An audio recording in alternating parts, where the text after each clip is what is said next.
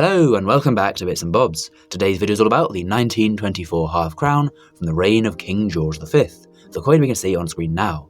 I'll first go through the design of the coin and then move on to the facts and figures. So here is the reverse design, and we can see a very large shield there to the centre that has been quartered.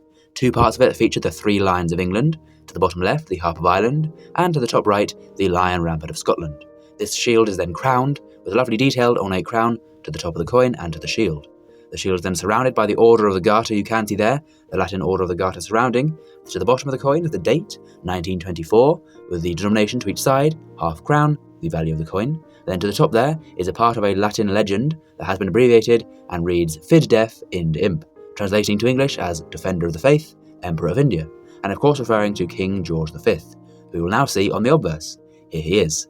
This is the left-facing bust of him, done by Bertram McKennell, and was the only portrait used on British coins of King George V, featuring him wearing no crown or no laureate. Around him is more legend, again in Latin abbreviated, reading Georgius V. de gra Brit Om Rex, this time translating to George V, by the grace of God, King of all the Britons.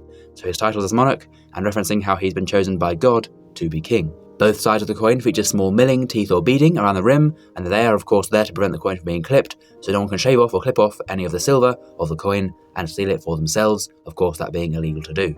So there is the design, both obverse and reverse, and we will now move on to the facts and figures of this 1924 half crown. So let's begin. The coin was minted at the Tower Hill Mint in London, where the Royal Mint was based between 1810 and 1975.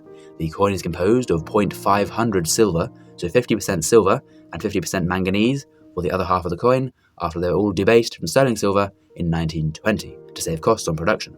The weight though was unchanged as 1816 for the half crown at 14.14 grams. It's a fairly heavy coin and a fairly large coin as well, with a diameter of 32mm, so one of the larger coin you'd use and see in your change back in the day. The mintage for this year of half crown is 5,866,294, which is an average mintage. Not very common, not extremely common, but there are still many millions made, so not a rare coin. The half crown coin is a 30p piece. This is then 2 and 6, 2.5 shillings, 2 shillings and sixpence, or then 1/8 of a pound sterling, so 8 of these half crowns to every pound.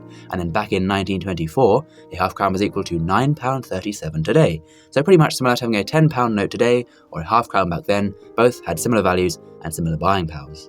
And the coin was then demonetised in 1969, in the lead up to decimalisation, happening a few years later. Now then, we'll move on to the value of the coin today for a collector looking to buy one. So in a poor grade, it will sell for around £6.85, mainly due to the silver content.